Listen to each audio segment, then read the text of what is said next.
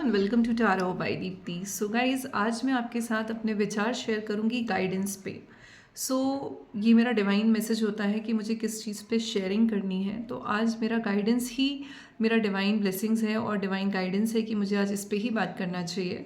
सो guidance हमारी life में कैसे काम कर सकता है। सो मोस्ट इम्पॉर्टेंटली गाइडेंस हम किससे ले रहे हैं, उसके बाद हमारा उस व्यक्ति के साथ रिलेशनशिप कैसा है। क्या वो एक कैजुअल रिलेशनशिप है कि जस्ट हम मिलते हैं कभी कभार, क्या वो बहुत क्लोज कनेक्टेड रिलेशन है कि हम हार्ट टू हार्ट कनेक्ट होते हैं या सोल टू सोल कनेक्ट होते हैं। सो कई बार आपने देखा होगा लोगों के टेक्स्ट पे लिखा रहता है soul sisters, sisters from another mothers. So that kind of relationship जहाँ पे हम एक दूसरे को देख के ऐसा फील करते हैं कि बहुत सिक्योर्ड, यस कोई नहीं है पर ये है। तो that is somewhere like very important relationship. वो कोई भी हो सकता है, कई बार वो हमारा पार्टनर हो सकता है, कई बार वो हमारे बच्चे हो सकते हैं, कई बार हमारे फ्रेंड्स हो सकते हैं। सो गाइडेंस लेने से पहले आपको सबसे इम्पॉर्टेंटली ध्यान क्या रखना है कि आप जो भी शेयरिंग्स कर रहे हो, जिससे भी कर रहे हो, वो व्यक्ति आपकी लाइफ में क्या रोल प्ले करता है।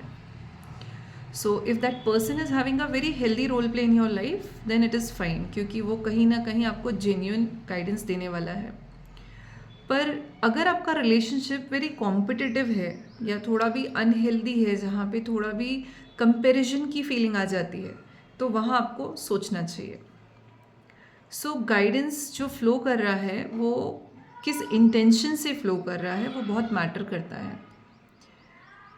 ऐसा कहा जाता है कि डिवाइन खुद तो नहीं आ सकते, बट वो लोगों को हमारी लाइफ में भेजते हैं जो कि हमें हेल्प करे समय समय पे, जो हमें गाइड करें। और कई बार ऐसा होता है कि हमारे पास कोई नहीं होता है और हम रैंडमली कोई बुक उठाते हैं और उसी में हमको हमारा आंसर मिल जाता है। सुनने में ये सब बातें कई बार लोग बोलते हैं यार फिलॉसफी टाइप की बात है, बट ये चीज़ें वर्क करती हैं।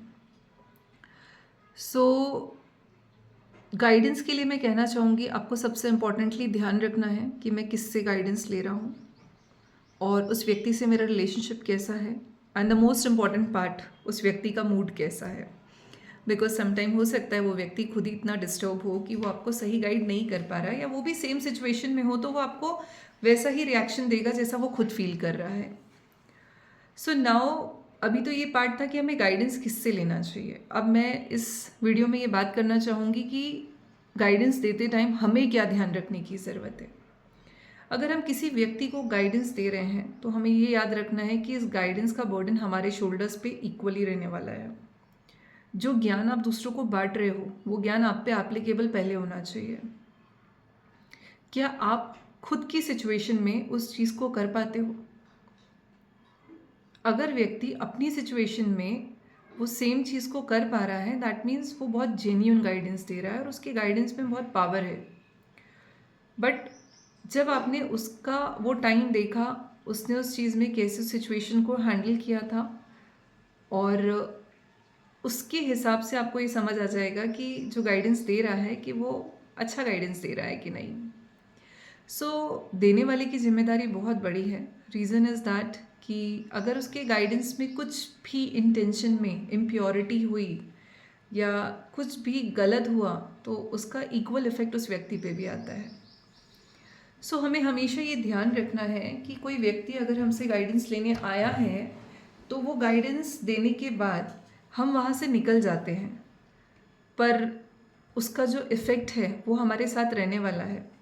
कई लोग होते हैं जो लोग फिनेंशियली लोगों से अपने मैटर्स को डिस्कस करते हैं, फिनेंशियल मैटर्स को डिस्कस करते हैं, उनसे अपने प्लान्स डिस्कस करते हैं। कई बार हम फ्लो में उनको हवा हवा में ही कुछ एक्स्ट्रा बोल जाते हैं कि यार ये कर ले, ये हो जाएगा। बट हमें ये ध्यान रखना है, अगर उस व्यक्ति को डैमेज होता है उस चीज़ से तो कहीं ना कहीं उसका बर्डन आप पे भी आता है। तो बेस्ट तो ये रहेगा कि आप एकदम इमीडिएटली उसको कुछ रिएक्ट मत करिए, आप थोड़ा समय लीजिए। और अगर आपको समझ आता है कि नहीं ये चीज़ प्रैक्टिकल है, कैलकुलेटिव है, तो ही आप इस चीज़ का ज्ञान दीजिए।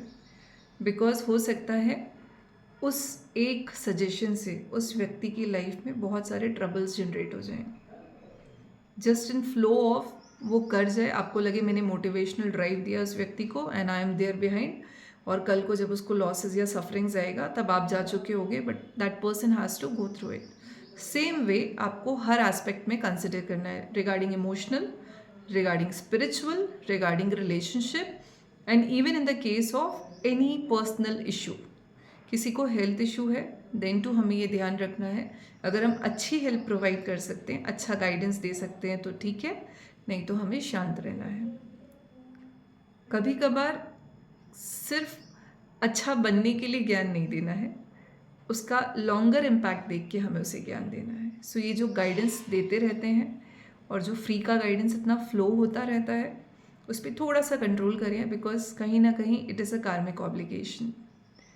आई थिंक आपको ये वीडियो बहुत काम आएगा, क्योंकि हम सबकी लाइफ में ऐसे बहुत लोग हैं जो चलते फिरते हमें ज्ञान दे जाते हैं, बट वो ज्ञान उनके ऊपर एप्लीकेबल नहीं होता है।